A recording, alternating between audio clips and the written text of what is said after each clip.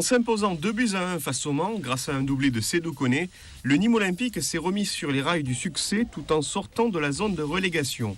3 points précieux qui permettent aux Crocos de revenir à 6 longueurs du podium et à l'un des buteurs Crocos de réaffirmer ses ambitions face au système de jeu établi par le coach nîmois.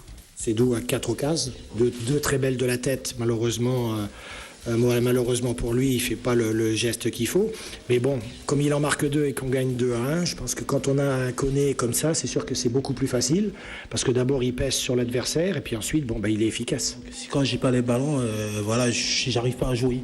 Je suis énervé. Et tant que j'ai les ballons, c'est bon. Moi, je suis pas un mec à aller courir derrière, non. Moi, je suis un finisseur. C'est ce que j'ai dit tout le temps. Tant que j'ai les ballons, je vais les mettre. Si il continue sur cette voie-là, tant mieux. Je veux dire qu'aujourd'hui, c'est vrai qu'on avait besoin d'un attaquant qui marque des buts. Donc ce soir, je crois qu'avec ses partenaires, et on l'a travaillé depuis 15 jours, c'est d'essayer de le mettre le plus rapidement, ou essayer de lui donner un maximum de ballons. Donc il a eu ce qu'il fallait. Et puis ensuite, c'était aussi naturellement du Sédou Koné qui doit faire aussi des efforts. Et je pense que ce soir, il a montré qu'il en était capable.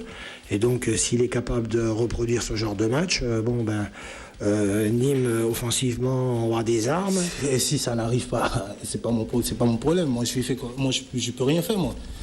Voilà, je peux pas aller chercher au milieu de terrain pour aller dribbler tous les. Voilà, on joue à 11. Hein. Chacun fait son boulot. Donc, parfois, il y a des scénarios de match qui sont plus ouverts que d'autres. Des fois, c'est fermé, il n'y a pas d'occasion. Quand il n'y a pas d'occasion, voilà. On sait ce qui se passe après. Quand tout le monde joue à son niveau et veut bien faire des efforts, on peut faire des choses intéressantes.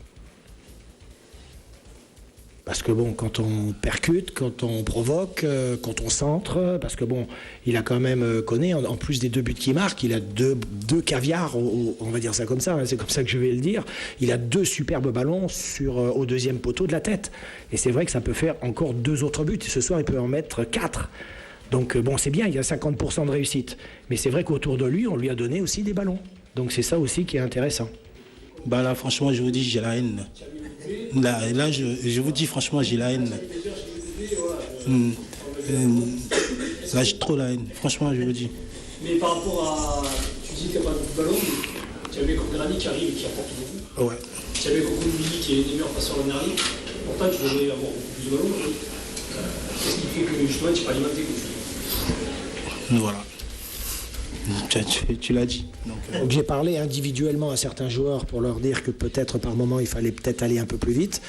Mais je pense qu'aussi, si on regarde depuis le début de saison, à part quelques matchs, peut-être 2-3 matchs, et notamment en début de saison, il faut qu'on soit à notre meilleur niveau. Vous étiez un peu frustré de ne pas avoir ces ballons?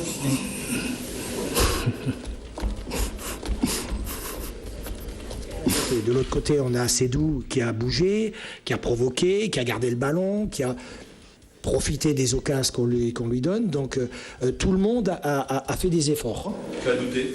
Douter de moi? Jamais. Je doute jamais de moi. Je sais de quoi je suis capable. Donc je doute jamais de moi. Je pense que les joueurs, il faut qu'ils apprennent à me connaître. Moi, peut-être les connaître un peu mieux. Ils savent que je suis exigeant, que je demande beaucoup. Mais je pense que si on veut réussir ensemble au haut niveau et qu'on veut faire des résultats, ça passe pas... Je dis pas malheureusement, mais ça passe par ça. Des joueurs et un entraîneur qui doivent apprendre à mieux se connaître et se comprendre afin de tirer le collectif nîmois vers le haut. Afin de rester sur la dynamique initiée vendredi dernier aux Costières, les joueurs de Victor Zvenka vont tenter d'enchaîner les bons résultats en s'imposant dans le jeu face à des adversaires parfois trop attentistes et souvent cruellement opportunistes en fin de match. Les leçons de Clermont-Ferrand et Tours doivent avoir été retenues par les Crocos. Avec le système de jeu que je mets en place, c'est surtout avoir le ballon. Parce que c'est vrai que si on ne fait que défendre, on sera que dans nos 30 derniers mètres ou 40. Il faudra aller jusque chez l'adversaire pour les mettre en difficulté. Je pense qu'il faut qu'on reproduise ce que l'on a fait dans les derniers matchs dans les premiers matchs, je dirais pas dans les derniers, parce que à Tours, ça a été difficile parce qu'au bout de 20 minutes, on était à 10. À Istres, on a souffert parce que l'équipe n'était pas non plus au complet. Mais je pense que les matchs précédents, donc aussi bien nos 2 victoires à l'extérieur qu'à Clermont-Ferrand ou qu'à Auxerre, on a eu la gestion du ballon, on a mis l'adversaire en difficulté, on a manqué d'efficacité devant et derrière.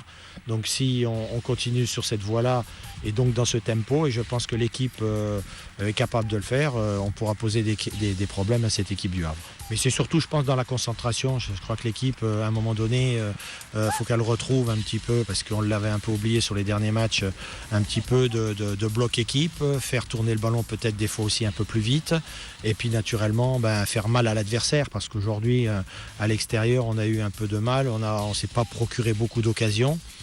Par contre, dans les premières rencontres, il y en avait énormément et donc on était efficace puisqu'on a fait des bons résultats.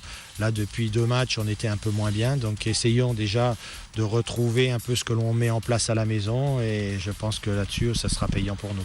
Je trouve qu'à la maison, on est peut-être moins dans la conservation du ballon, dans la circulation.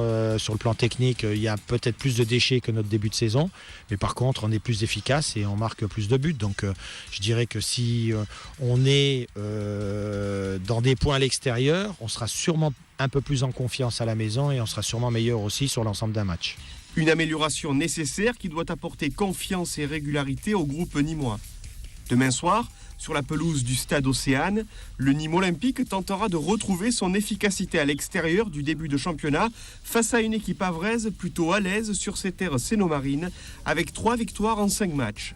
Ce matin, Victor Zvenka s'est justement inspiré avec ses joueurs du 4-4-2 traditionnellement mis en place par le coach havrais Cédric Dory afin de préparer au mieux cette rencontre de la 12e journée de Ligue 2. J'ai travaillé le 4-4-2 par rapport à l'adversaire qui, dans ses matchs et beaucoup de matchs à la maison, a souvent évolué de cette façon-là. Donc j'ai voulu un peu positionner mes 4 défenseurs et mes 2 milieux récupérateurs pour qu'on puisse bien négocier un petit peu ces déplacements, ces ballons aériens et le jugement de la trajectoire pour mieux protéger encore notre but. J'ai regardé quelques DVD de cette équipe, c'est vrai que ils ont peut-être un peu des difficultés à faire le jeu.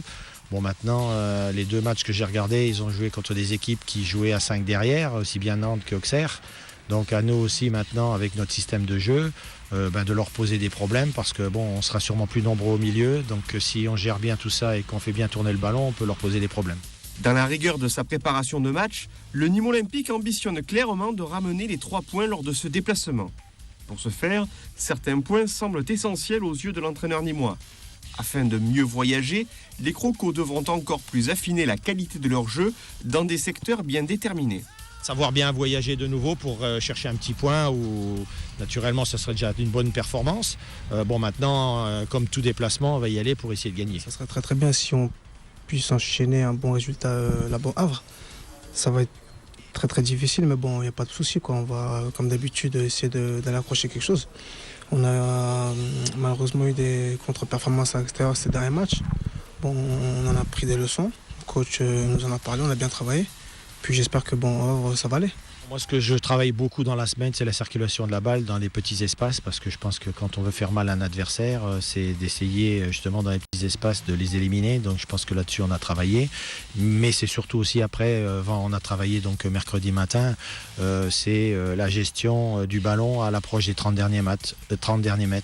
Le déplacement, la remise et puis le mouvement derrière. Après, naturellement, il y a la qualité de la dernière passe qui fait la différence.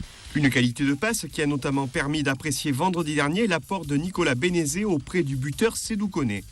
Pour ce déplacement, Victor Zvenka a travaillé ce matin avec 17 joueurs, décidant finalement d'écarter Jonathan Parpex, impliqué sur le but de l'égalisation Mancel vendredi dernier au Costières.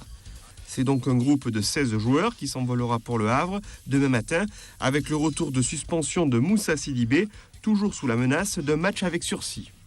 Autre retour, celui de Mathieu Robaille, écarté après 2 semaines passées à l'infirmerie. Renaud Ripard sort finalement du groupe et ira rejoindre la CFA2 qui disputera demain soir une rencontre amicale face à la réserve d'Uzès sur l'un des terrains de la Bastide, officiellement homologué depuis ce jeudi matin par la Fédération française de football pour la tenue de rencontres officielles. Une réserve professionnelle qui devra cette fois se passer des services de Steve Agui, souffrant d'une élongation abdominale. En 9 rencontres disputées en terre havraise, le Nîmes Olympique s'est imposé à 3 reprises sur la pelouse de l'ancien stade Jules Deschazos, essuyant 5 revers contre nul. De la belle équipe qui remporta une victoire 0-2 lors de la saison 2009-2010, ne reste que le capitaine Benoît Poulain ainsi que 2 joueurs qui devraient être remplaçants, Haidar Al-Shaibani et Yassine Adou. Parmi les titulaires, la surprise du chef devrait venir d'une nouvelle doublette de milieu défensif gaucher. Pierre Boubier étant répété à ce poste, aux côtés de Komlan Ameou, depuis le retour en charnière centrale d'Aurélien Bosch, et du poste de latéral gauche toujours bien assumé par Salah-Eddin Sbahi. On fait bien jouer des fois de droitier, donc je me dis pourquoi pas faire jouer de gaucher. Bon, pour moi c'est pas un problème parce que une fois à Guignon j'ai aligné une équipe avec 7 gauchers. Donc bon, je veux dire aujourd'hui c'est surtout le système, l'envie et puis bon après aux joueurs naturellement à s'adapter à ce que je demande et je pense qu'ils sont assez capables de le faire. Au coup de sifflet de l'arbitre de cette rencontre, Stéphane Deziage, le 11 nîmois devrait en théorie proposer ce profil.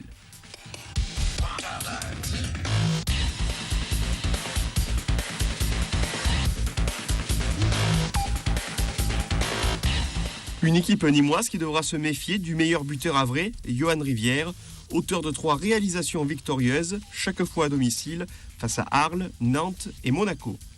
Parmi les autres affiches de cette 12e journée, notez le déplacement d'un club en difficulté, le stade Malherbe de Caen, qui ira défier le futur adversaire à domicile des Nîmois, Arles-Avignon, totalement stoppé dans sa course en tête depuis sa défaite à l'Abbé des Champs. Joli derby bourguignon justement entre Dijon et Auxerre demain soir, alors que le stade Louis II retrouvera samedi après-midi les saveurs des anciennes grandes affiches de la D1 des années 80 avec un intéressant Monaco-Nantes.